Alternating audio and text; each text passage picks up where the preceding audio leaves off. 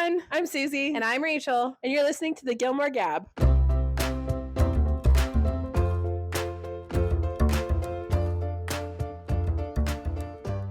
All right. Here we are. We are here. We are here. Yes, we are. We are on episode 18 of the Gilmore Gab. We're going to talk about Taylor Doose. Yep. Town Selectman. Yes, he is. Of Stars Hollow. For most of it. Yes. So I actually, to preface this before we dive in, I want to make sure that we have some like info lore stuff. So the town mayor is a man named Harry Porter. Older guy. We see him mostly as mayor in the like one episode of Stars Hollow or of Gilmore Girls. And then he also is like he defends like the town reenactment stuff with Luke and so we see that a little bit. Right. But really other than the one town meeting, we don't really see the mayor much. Right. Now Taylor is the town selectman, except for the brief moment where Jackson becomes the town selectman. But Taylor doesn't take it back after that. Yeah, he does. Not for a while. Well, because Jackson is the town selectman, and then he gives it up to Taylor. When does, I don't remember when he does that. I think it was after the Renaissance painting thing. I need to go back and rewatch it. Yeah, and we really do. It's been a hot minute. I know. But anyway, so I learned a little bit about what a town selectman is. So this is very common in New England, which makes sense for Stars Hollow. Yes. The town selectman is essentially kind of like a mayor. But oversees a board, like a city council, but in this case, a town council that kind of manages the town. So like, I feel like Miss Patty's probably on that because she's always up there for the like town meetings and stuff like that. So it's almost like being a mayor, but not.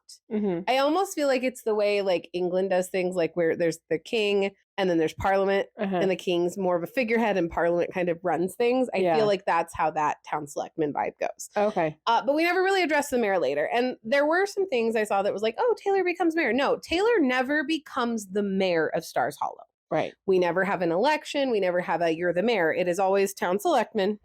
And when Jackson runs against him, it's for town selectman. So that we just need to establish that. For all intents and purposes, I feel like that kind of implies that Taylor is the de facto mayor. Yeah.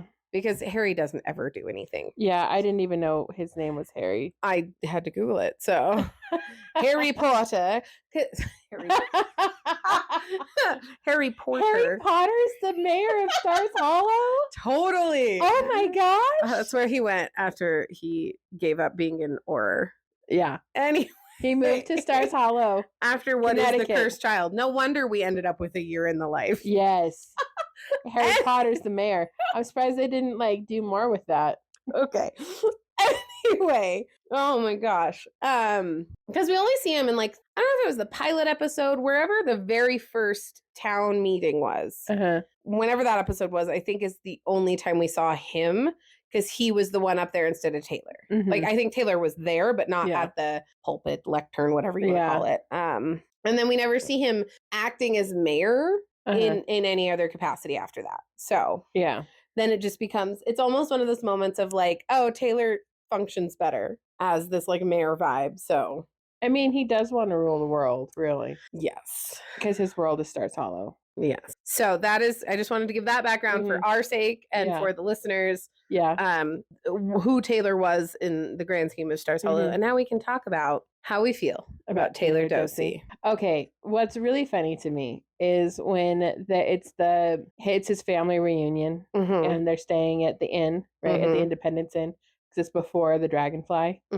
And he has created this whole itinerary and this historical tour and everything. And his brother's like, Taylor, we're from here. Nobody wants to do your dumb stuff. I did feel a little bad for Taylor in that episode because his brother is just kind of a jerk. But it's one of those things where it's they did all grow up there. They know all this stuff. They're just there for the hockey game. And Taylor, but Taylor's gone above and beyond to make it memorable and historical and all of that kind of stuff, because that is who Taylor is in his heart and in his soul.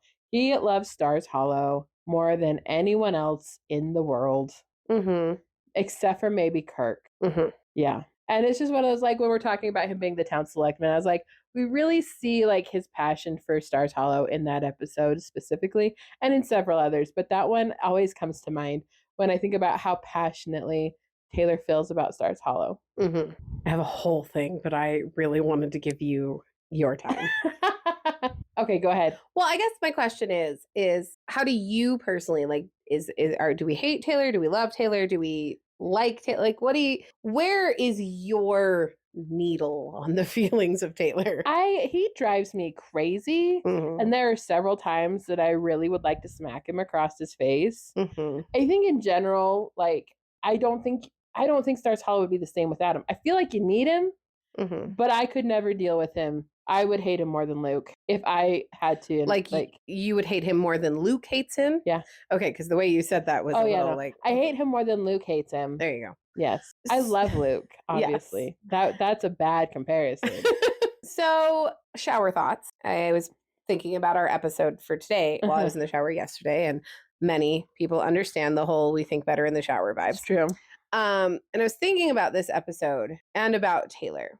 And prior to that shower, I was very much coming in with this, I don't like Taylor.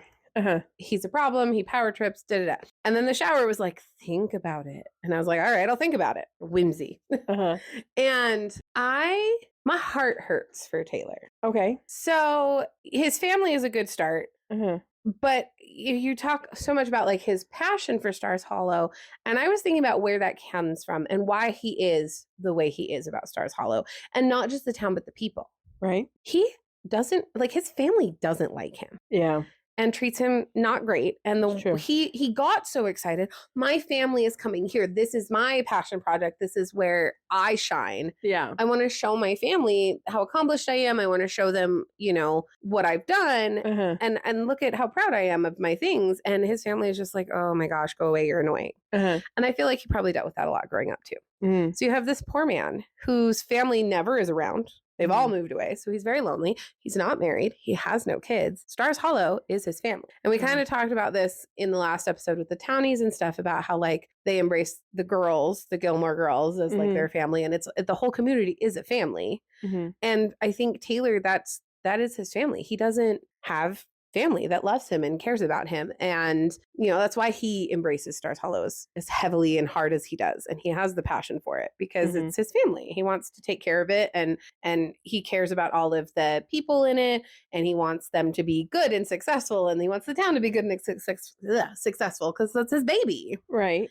And I just, like, the Town Selectman situation with Jackson, to see Taylor so sad was really hard. And it was one of, like, reflecting on the scene is where I was like, no, Taylor, these are the only people he has in his life. And he puts up with them not appreciating him, and he puts up with it because he had to put up with it just from his family. Right. But he's not giving up because there are people who do appreciate True. And who do care. And I think my favorite dynamic as I think about it is him and Luke. And I think the reason, because we see throughout the series, it feels like Taylor purposefully goes out of his way to antagonize Luke. Building his little ice cream shop right next to Luke's, putting the window in their shared wall. All the little things that he does that get a rise out of Luke is because Luke is the only person in that town who is authentic with Taylor. That's Luke true. Does not care that he's a town selectman, that he has any authority. He does not care. Yeah. He will go toe-to-toe with Taylor. And Taylor, it's like kids who do things to get attention from their parents, even if it's bad, because they just want attention. He gets that from Luke. Yeah. And Luke won't, bow down to him, won't like be like, oh, but Taylor, because even though Lorelai will get sassy and like kind of talk back to Taylor, she'll also do whatever she needs to not be sores in Boyle Avenue. True. And they'll put up with Taylor's nonsense because, oh, we don't really have a choice. And so their interactions with Taylor aren't always authentic. They're always wanting something from Taylor because he's the town selectman, or they're wanting, to change something. But Luke's just like, stop it. Yeah. and authentic with him. And I think Taylor just really needs his family, not just. It's true. And so I just felt a lot of empathy for him. I've been emotional though. I'm glad that you feel empathy for him. Because you don't. I don't really. Because here's the thing. Like, anytime, like, he's, like, promoting his own business, like his store and stuff, he's like, you can come, like, everyone that volunteers can get 10% off deli sandwiches. And it's like, that's it. Like, these people spent 3 days helping you and that's your thank you for it. Like, okay, to be fair though, I have to laugh about this because I don't want to be this person, and I will explain in a minute, but it is his business. And we did talk about last episode about, like, there's clearly not 10,000 people in this town. Right. So how do you keep your store going? You can't just give away free food. Right. I just feel like he expects other people to give away things for free when he is unwilling to do the same. And that is an issue. Yeah. I do get that. I still think it can come back to this, like, he's trying to make things be successful, but he's trying to feel successful in and of himself. Yeah. Because nobody cares about him. Poor Taylor, you know? Yeah. But I have to laugh about, like, well, you have to see it from the business perspective, because I have been on TikTok, which, you know, honestly, just end the sentence there, because that's just a problem. But somebody had posted a skit, somebody I follow, about like going to this place called Plato's Closet, like where you can turn in your clothes and try to sell your clothes to them. And she was talking about how like they never take any clothes. And she did a whole skit where they're like, we'll take this one thing and we'll give you 50 cents for it. And I commented, I'm like, yeah. And the cycle doesn't stop, because when you're an adult with kids, you go to Once Upon a Child and try to sell your clothes. And the thing with Once Upon a Child, when I was in North Carolina and I first discovered it, it was phenomenal. This particular branch of Once Upon a Child was phenomenal. And then when we moved around, even to a different part of North Carolina, not so great. And here, not so great. And it's because it's a franchise. So whoever owns that particular store in that location makes all the rules. Right. And so I was kind of like, yeah, and they never take anything. And I started a whole comment thread on TikTok of moms being like, yeah, I did this. And then this woman comes into the comments. The Taylor Doose of the comment section. And she replies to multiple people. And she goes, well, think about it from a business perspective. Blah, blah, blah. Oh, but think about this, blah, blah, blah. And I finally said, I was like, have you been in a Once Upon a Child? Knowing exactly what the response was going to be. And she goes, I've worked at Once Upon a Child for 3 years. And I'm like, yeah, I figured. And I just stopped commenting, because nobody comes to the comments and defends a business like Taylor Doose. It's true. Unless they work for that business. It's true. And the minute she's like, well, you have to understand it from a business perspective. Girl, your arguments don't stand. Yeah. You're trying to justify screwing people over. Yeah. You know, when people in the comments are saying they wouldn't take my clothes because they were brand new with tags but wrinkled. Have you seen the shelves in Once Upon a Child? And I told her that. I was like, they throw shoes in bins for you to dig through. Their racks are so crammed full of clothes, you can't hardly get anything out. I've bought things with holes from Once Upon a Child, but they denied something from me because I bought it at Walmart. Yeah. Like the one here will not take clothes purchased from Walmart. The jerks. Yeah. And this other girl was like, yeah, I sold them. I needed the money, so I just sold it to them anyway, but I sold them the swing that had barely been used, and I only got like $40 for it, and then they turned around and sold it for $80. Yeah. Like, so I get it. And that's why I was like, I don't want to be the person from a business perspective. But honestly, I think it just stems down from like, this is all Taylor has. Yeah. It's all he has is his businesses and Stars Hollow. And he's got this ongoing competition with whatever that other neighboring small town is. Oh, yeah. And he is just, I think it's just all he has. Yeah, I think it is too, which is sad. It is sad. See? Sad. Like, I'm not saying I hate Taylor. Fair. I'm just saying he drives me crazy. I think anybody like that would. I think he's supposed to. To be fair, I love Luke, but he also drives me crazy. That's true. And not in the good way. Yeah. And Lorelai drives me crazy. And Rory sucks. So yeah. We've come full circle. We have. Yeah. No, I just think Taylor is such an interesting character because like he values the history of Stars Hollow and wants to preserve it. Like the whole Twickham house turning into a museum and like, you know, the reenactors and everything. But he also really values the people of the town itself and like wanting to support what they're doing and wanting them to support it too. Yeah. I don't think it's just about him. I think it's about encouraging the town to care about the town because we live in a city where nobody cares. And it drives me nuts how little people care. And we're a part of a very particular community where depending on where you are, the people really do care about each other. And then in other instances, nobody cares. Yeah. And it's disheartening. And because like the one scene that stands out to me that annoys me about Taylor is the whole making Rory the like ice cream queen or whatever and her being mad like you shouldn't expect this and he's like well this town raised you or whatever he said and what is it too much to ask that you give back. Yes, he went too far and yes, she is busy and he shouldn't have just assumed. Yeah, but at the same time he had a point ish. But also Rory and Lorelai are kind of the people that used to always show up for town things. Yeah, you could always count on them. So like I mean she had been backpacking through Europe so he couldn't have even asked her anyways. That's fair. My issue with that particular situation is after she said I can't do this, I don't have time, he then still is like, oh, imagine Rory, our queen here, you know, say, you know, that was inappropriate. Like it was manipulative. Yes. We don't like manipulators. Yes. And I think that's my biggest frustration with Taylor is it's like, I can agree with you to a point. Oh, yeah. But then he takes like 3 steps beyond that point. Yes. And that's what drives me crazy. But he's supposed to drive you crazy. That's true. We're not supposed to love Taylor. I don't love him. I empathize with him. Yeah. Because I've been in his shoes where the people that should value you and care about you don't. Yeah. Where when people finally do show up and you think they're showing up for you, they're not showing up for you. And that's hard. And I think I empathize with that. But the one place where I will never forgive Taylor is how he treats Kirk. I was literally thinking the same thing. Because you cannot make me hate Kirk. Yeah. Is he annoying? Sure. Is he probably a little bit autistic? 100%. Yeah. But he is endearing.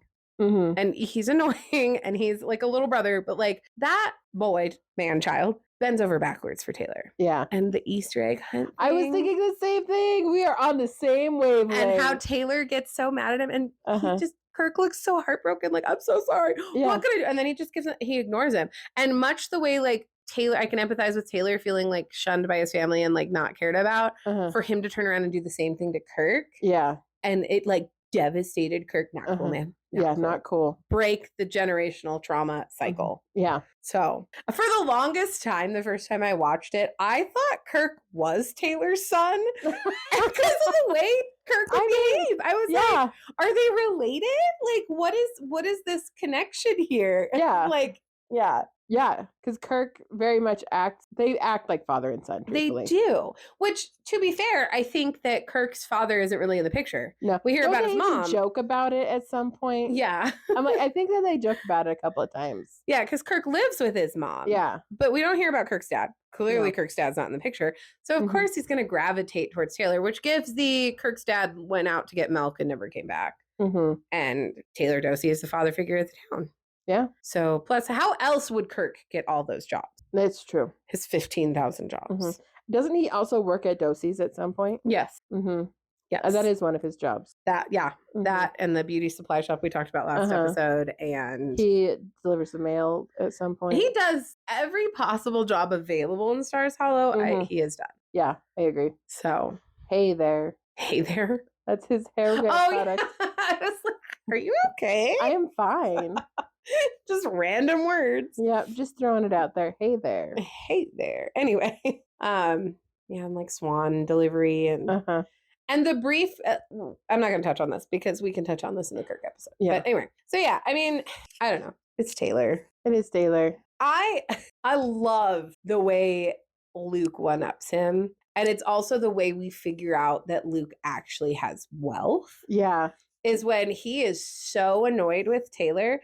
And like, no, Luke doesn't seem like a petty kind of guy. I mean, like that he would do excessively petty things. Yeah. Later on, yes, like the whole "these are not my socks." Yeah. And that, like, but that I think we see his initial step towards pettiness. Like Taylor pushes him over the edge, and he's like, "Fine, you want to open a stupid ice cream shop next door? Well, too bad. I bought the whole building." And Taylor's like, "What do you mean you bought the whole building?" Yeah. But then Taylor gets back at him with the whole Twickham House thing. Initially. It's true. Well, and also, but part of also why he buys that building is because he found out that Taylor's been buying up buildings in the town. Which is really sleazy. It does make me go, oh, Taylor, don't be like that. This is a small town. Don't be that person. Yeah. And Luke doesn't like rich people. But he is a rich person. And the funny thing is, though, is despite the fact that Taylor is also clearly very wealthy. Yeah. Which, curious how, I mean. He owns a grocery store. Yeah, he owns a small grocery store. I don't care if they insist that there's 10,000 people in that town. There's no way he makes that much money off that store. Maybe he does. Yeah, I mean, because look how big his family is. It's not generational wealth. No. And they're all from there. Yeah, I don't know. I don't know what, do Town Selectmen get paid? No, because Jackson didn't get paid. Yeah, and he's like, why did I sign up to do this? This is terrible. I already have a job. Yeah. Or if so, it's minimally paid. Yeah. Where does Taylor get his money? Right? There's no way. I'm guessing sound investments. Probably. And also because he's stingy. Like, and I mean, with how big his tourist attempts are, like his tourist trade, he's got to have his. We could deep dive into the shadiness of Taylor, but that would require a murder board, and we do not currently have. It's true. We need to invest in a murder board. We've got several things we need to plot out. That also requires making your basement less creepy. We gotta get rid of all the boxes. To be fair, it'd probably be 10 times cooler down there than it is up here right now. It's true. It's true. It's very warm. Anyway, what were we talking about? Taylor. Oh, where does he get his wealth? Yeah. I want to know now. I'm going to Google it while we're done. Last episode, I did leave in there the fact that we Google a lot of things. We do. And we did Google a lot. We did a whole 10, 15 minutes about population in different places. Well, I mean, to be fair, I feel like it was relevant. That's why I keep bringing it up, because I literally just edited and posted that episode today. But yeah, because I didn't even realize until that episode where Luke buys the building that Taylor apparently has been buying a lot of. Mm-hmm. That's interesting. Do you think he owns Al's Pancake World? Maybe he is Al's Pancake Maybe World. that's how he makes most of his wealth, is he's charging rent. Oh, I bet that is it. On all the buildings he owns. Per the Google AI overview. Ew. We do not, as small creators, support the use of AI. It's not our part that Google is doing it. I'm scrolling past it. Per Reddit, which is much more reliable. Yes. It has been determined that it is through entrepreneur and property investments in Stars Hollow. So yeah, other people's rent are making Taylor wealthy. No wonder Lorelai and Suki had to jump on what's her face, Myrtle or whoever, Weston's dying so they could get the inn. Okay, so can you imagine if Taylor would have gotten that? Oh my gosh, it would have been another historical museum thing. And don't get me wrong, I'm not a big fan of historical stuff. My husband is very much so into it though. And I appreciate wanting to preserve elements of a town or a city that are historical, but not everything needs to become some sort of historical museum or landmark or what have you.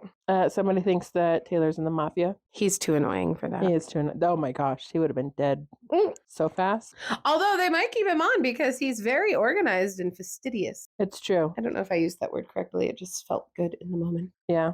Okay. There's lots we can talk about with Taylor though. Yes. I love his need to have a holiday for literally everything. Yeah. Which is why it's funny when Rory's like, oh, you found a way to fill August to September or something, right? When it's the crazy, hazy, lazy days of summer. You love that song. Stuck in my head just by saying it. Another plug for our exclusive. Oh yeah, that was in the podcast. Anyway. You want to know how I feel about the crazy, hazy, lazy days of summer? Subscribe to our Substack. Sorry, I just saw that apparently he was also known as Doo-Doo Head, courtesy of his nephew Timmy. Yes, it's true. Oh my gosh. Okay. Yes. Okay.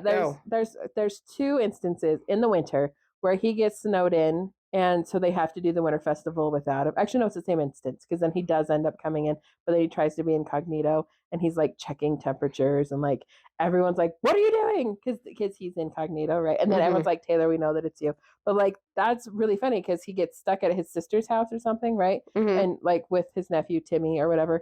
And it's so funny because he pulls everyone in the middle of the night. This is one thing with Taylor is he has no respect for other people's schedules and time. Everything runs on Taylor time.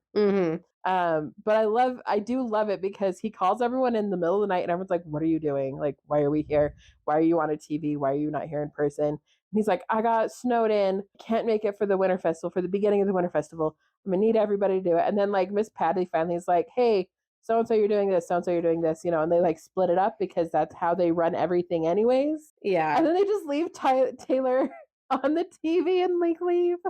And then Kirk's like, I'm still here, Taylor. And Taylor's like, I don't care, Kirk. Yeah. No, and that is interesting because I don't understand people like that. And we see that a lot in our particular community when things need to get organized. People either overdo the whole delegating issue or they do nothing at all. And it's just it's not that hard to say, please do this, please do this, please do this. Done. And then do it. Yeah. I think Taylor is just so used to A, wanting things to be a certain way, but B, not being able to count on people to do things the way he wants them. Yeah. And he's and maybe because he's so passionate about Stars Hollow and it is his baby and his kind of thing. Yeah. He's afraid that if it doesn't go quite right, if he doesn't oversee it going a certain way, that it will fall apart. Yeah. But also I think he lives in fear that if he's not there, it's going to fall apart. No, that if he's not there and it doesn't fall apart, then they don't need him. Yeah. And I think that's why the Town Selectman thing hit him so hard. Yeah, because the town actually doesn't need Taylor. Except that I think everyone, after the whole Jackson of it all, I think people were like, we are glad to have you back there. I'm going to look that up. Because I think, I feel like I remember like Jackson was overwhelmed. He was not handling things. And people were saying things like, well, Taylor would have already handled this. Like, why is this taking you so long? Why can't you figure this out? Because Taylor, that's all he does. That's what he does. And I think people may not like Taylor, but they appreciate that he's the person who will do those things that people don't want to do. Mm-hmm. Most people don't want to be in charge of organizing a festival or, you know, all these like town things. People don't want to be responsible for dealing with budgets and traffic and all the things that a town selectman has to deal with. And that's why they have a town selectman. And when he's not there, you know. Yeah. Woodbridge. That is their rival town. I knew there was a bridge in there. I did too. Apparently Taylor excels at playing basketball. Jackson is town selectman for 10 to 14 episodes. He gets elected season 5, episode 4, and realizes how much he hates the job. So by the time the season 5 finale airs, like comes around, Taylor Doose is back in charge of the town meetings. So like half of season 5, which I knew was more than a couple episodes. Yeah. But I knew it wasn't forever either. Yeah. What I'm learning about Taylor, and I'm being reminded of, first of all, he, despite the fact that he is in charge and seems very good at organizing and apparently money management, he historically has bad ideas. Yes, it's true. Like unleashing hundreds of bats to get rid of all the mosquitoes, which in turn cause bats to terrorize and possibly infect people and wreak havoc and destruction on the roadways. It's true. Driving to neighboring towns and giving children candy for free. Oh my gosh, that was funny though. Which resulted in him being wanted in several towns by the law. Because it's creepy. Yeah. He also started committees like the Town Beautification Committee, the Stars Hollow Historical Preservation Committee, and many more. Apparently, he has a niece who works at Dosey's Market and couldn't care less about her job. I don't remember his niece. Bonnie. I vaguely remember Bonnie. And his sister lives in Woodbridge. Okay. So does he get snowed into Woodbridge? Maybe. That's funny if so, because it's like literally the next town over, and it snowed so much outside of Stars Hollow that he couldn't get home for the winter festival. I mean, to be fair, snowpocalypse does like to happen on the East Coast a lot. That's true. Yeah. No, I saw a little quote that just reminded me of like the quirks of Taylor's character. Because, you know, at the time in the 2000s, the concepts of like boomers wasn't as big as it is now. Yeah. And like these generational, like, oh, boomers and Gen Z and Gen X and millennials, like wasn't a thing. Yeah. Like we had the terms, but we didn't think about it. But then Taylor says things in this show. Like the only reason to have a lava lamp is if you're on drugs.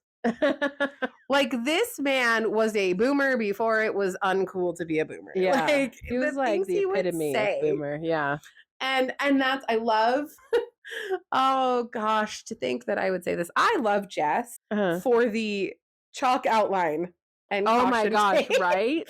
And Taylor's freaking out like, sir, this town is tiny. Do you think you wouldn't know if someone had actively died on the street? Come on. But also they would still be there. Yeah. The town's not that fast moving. No. Do they even have, they don't even have a police force. We were talking in the last episode, they don't have a dentist, they don't have a doctor. They don't have a police force. Yeah, we never see a police force. We hear about them, but like we don't ever see them in Stars Hollow because anytime Lorelai or Rory gets pulled over, it's usually in New Haven. So no police officers. So where is Taylor getting the data that requires the random street light outside of Luke's, which I think is just to antagonize Luke. But that is the one time the girls get pulled over, but we don't see them get pulled over. We just hear it when she's like, that's it, I'm running the light. Yeah. And then she goes and you hear whoop whoop. Yes. I was like, I feel like there is one that is the one time where they get pulled over in for town. The random street. So the question then becomes, Taylor installs the street light that they didn't need. Right. So does he then hire like a little motorcycle cop to watch the light? Might. I wouldn't put it past him. I wouldn't either. That sounds like a very Taylor thing to do. Well, and then a lot of these things that I'm bringing up are because I quite literally right before I came over here finished editing episode 17 and got it loaded to post for our listeners. And we talked about the town loner And we talked about how, like, why nobody went and looked at the sign that fell and how Taylor was trying to stop people. So Taylor has to be, if anybody in that town knows who the town loner is, it has to be Taylor knows. And then you have to go, why didn't Taylor want anybody to go talk to the town loner? Oh, like at this point, this isn't a hate Taylor or a love Taylor episode. This is a Taylor conspiracy episode. Yes. Oh my gosh. He's got enough wealth to buy up the town. Yes. But has really bad tourism ideas. Really invested in taking care of the town, but won't let anybody figure out who the town loner is and doesn't talk about the town loner. What does the town loner know? What does Taylor know? Oh my gosh. Oh my gosh. Oh my gosh. Let's go to Stars Hollow. Let's. We need to find out. Oh gosh. Yeah. There's got to be that. Oh, imagine Kurt probably has a murder board, red string, pictures, notes, all about Taylor. Oh my gosh, can you imagine? Because why else would Taylor allow Kirk to do the things that Kirk does? Yeah. Because if Taylor can't handle Jess and his miscreant behavior, why on earth did Taylor allow Kirk to suspend himself in a clear box for hours on end? For days. For days. Yeah. Like, that feels very anti-Taylor. Why did he put up with Kirk? What does Kirk know? Is Taylor actually Kirk's father? Although I did see in the wiki, it said that it's suggested in the year in the life that Taylor might be gay. Yeah. Which, I mean, the pinstripe candy suit. Listen, live your life, my dude. Yeah. I'm not judging. It's just that could track. But like, because Taylor never really expresses a whole lot of like interest in people. Yeah. Beyond like a business arrangement. Yeah. And like he never seems like he wants to go on dates. I don't even think, maybe Lorelai's made an offhand comment about how he like needs to go on a date. Okay, remember when he got the toupee though? Yes. He was trying to, it is implied that he was trying to date a woman, I believe, when he does I thought that. It was just because he was trying to cut a more striking figure. Taylor Doose, toupee. I also really hate that his name is Doose, but it's spelled like Doose. Like goose. Yeah. We don't call them gooses. Yeah.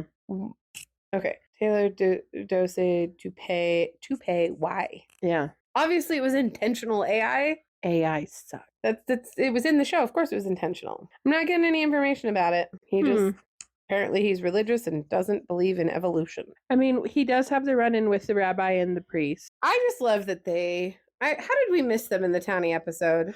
The way they share a church. Yeah. And they're so respectful of it. Yeah. The world could use more of that behavior in our religious sects. I love it also, like, when, like, because, like, we see the like, the preacher wrapping up his sermon because, like, the Jewish congregation was, like, waiting to come in. And he, like, speeds up speaking as he goes and takes the cross off the wall. And then they all leave. And then you see the Jewish congregation come in and they put up their Star of David. Yeah. And then they start singing. Oh my gosh. Like, I love the harmony between those two religious leaders. So Taylor went on a Caribbean vacation. Not to cut you off, but I finally got some answers. It. Yeah. So he went on a Caribbean vacation and came back with the toupee. Okay. It supposedly highlights his uptight, image-obsessed, and occasionally ridiculous nature. Yeah. So it's he went on a cruise or a Caribbean vacation and maybe like somebody made fun of him. And he was worried about how he looked. Yeah. Which, I mean, for the most part, I feel like Taylor always gave off this, he didn't really care. Yeah. Like, he was very whimsical at times. I feel like he doesn't care, but he also overly cares. Like, him showing up with toupee, especially because, like, he gets way more crap from the townspeople about it than he would anywhere else. Yeah. And I think part of that is also because, like, they're like, why are you trying to be different? Like, just be yourself. Kind of a thing. Because the town is very much like they are who they are. Well, and I think that's an interesting commentary maybe on how, like, when people leave the town, they change. Yeah. You know, and so you took Taylor out of Taylorville, essentially. Yeah. And put him somewhere else. And he was like, oh, now suddenly I'm thinking there's things wrong with me. And so then he comes back with this toupee and everyone's like, knock it off. Yeah. Because as much as everyone hates Taylor, they all love Taylor. Yeah. Like, he's just part of their family. Yeah. And as long as he doesn't do anything too heinous, he gets to stay a part of the family. It's true. So, and I think that might be it, is like, Taylor doesn't see Taylor the way outsiders see him, because Stars Hollow only sees him a certain way. Yeah. And so when he leaves and goes on this Caribbean vacation and it's like, oh, who I am is suddenly not okay in this world. And he's like, oh, identity crisis. Yeah. Then he comes back and everyone's like, knock it off. And then he's back to his little red and gold candy man suit and the hat and cane. And All his ridiculous he channels his inner Willy Wonka. To be fair, I think that Miss Patty contributes to some of these problems. Yeah. Because he comes up with these ridiculous, like, town festival ideas and whatnot. And she's like, cool, I'll have my dancers dress up as pumpkins and leaves. And anything for a good costume in a show. It's true. That is her life. So I do think it is fun. As much as Taylor's annoying, I do love events like that. Like, I look forward to the next town over here. They have an annual event and it's on our calendar, like, permanently. As soon as I see them post about it, like, we go every year. Yeah. Because I love those little things. Like, they've got booths set up, they got bounce houses, the firemen come out and they provide the hoses for spraying down the big long water slides, and they give kids little fire hats and you can meet the fire dogs, and there's food trucks, and I love that kind of stuff. It's true. And when I lived in Montana, they had in our town in Helena, they had Alive at 5 every Wednesday through the summer. Food trucks, live music, and just community hanging out. And top tier farmers market in Helena. Yeah. No offense to this town. Wherever we are. Market. We went recently, but it's just not great. Like, I took my kiddo because she got a cute little heart-shaped rock last year and she was hoping to get another one. And we didn't find the same booth. Yeah. In fact, half the booths we saw last year weren't there. But yeah, like, Helena, Montana has an amazing farmers and an amazing, like, historical preservation situation and an amazing downtown. And I love Stars Hollow for that too, because, like, as annoying as Taylor is, that Renaissance painting thing is a really cool event. It is. It is. Well, and it's Taylor who fights so hard to get it there again. And not just because of his rivalry with Woodbridge. Yeah. Oh gosh, do you remember the, like, overturned pickle truck or whatever? Yes. And, like, how it's Woodbridge's fault because it's closer to them, so they need to clean it up. But yeah, and, like, how Taylor's like, no, it's not our responsibility to clean up. And I think later he's like, fine, we will help Woodbridge. We are the better because or something like that. Yeah. I'm looking forward to comments because we talked about last episode. Our memory is not great. It's been a long time since we watched it. We're also tired and old, in the nicest way. But also, we're going to make an exclusive episode where we address all the comments that people leave us. It's true. And I'm excited for that one. So leave all the comments. Leave all the comments. Whatever they are. Yes. As long as they're appropriate and kind. Yes. Don't be mean. You will get blocked. It's true. And then you'll miss all our fun. It's true. But yeah, Taylor is something else. Yeah. Bless his heart. Like, and honestly, like, I get it now the more I think about it. Like, he has ideas, but they're all, like, inherently just bad. Like, we want, and it all stems from wanting to preserve the historical nature of the town, which I get it. Especially on the East Coast with, like, the Civil War stuff. Like, there is a lot of intensity around preserving that kind of stuff. Yeah. I get the intensity around it, but, like, his ideas just end up being so bad. Like, when they want to rename all the town streets to align with the historical streets before, and then the dragonfly ends up on sores and boils. Like, Taylor, they changed it for a reason. Yeah. Well, like, especially because, like, there are multiple, like, names, but he gives them sores and boils instead of, like, one of the other ones. But also, like, there were multiples of the same name. So there were streets where it's like, this one's Maple and this one's Maple. I know that's probably not the names, but you know what I'm saying. Yeah. And it's like, that's just confusing. Yeah. Like, don't do that. Yeah. So were the people who designed Stars Hollow for, quote, 10,000 people drunk? Are they drunk? Are they drunk? I think they might be drunk. I think they might be. I think so. Speaking of drunk, isn't there an episode where Taylor gets real drunk? I mean, I know he gets sleep drunk. Is there an episode where he gets drunk? I don't know. Because the sleep drunk episode with the 24-hour dance marathon. Oh, yeah. He gets sleep drunk. Was he sleep drunk? Yeah. Or did somebody spike the punch? No, Didn't he's Jeff sleep drunk. Oh. Because every year it's always the same because he gets super tired and he talks about how he wishes he was a magician. I don't think he's tired. You think he's drunk? I think he is. Because I guarantee you, I feel like Miss Patty hands him something. I don't know. Okay. She tries to take the bullhorn from him. Taylor Doose get drunk? Google's got to be so confused by me right now. Famously uptight, puritanical town selectman. That's Taylor. There's a rumor that he drinks spiked punch at the 24-hour dance-a-thon, but he doesn't know it. Okay. Kind of want to go rewatch that episode. Because look, there's drunk. they're sleep drunk. And I know that the people say that like driving really, really tired is similar to driving buzzed or drunk. Right. And I don't doubt that. I don't know. I could have sworn that like, don't they say at the dance-a-thon that like halfway through someone spikes the punch? Oh, maybe they do. And Taylor doesn't know it, and then he starts drinking it. That could be. And gets drunk and then passes out because he's not someone who drinks. Right. It doesn't take much. Yeah. I'm going to go watch that episode now. Just that episode. Yeah. Ugh, like I said, I almost watched it last week when I was at the endodontist.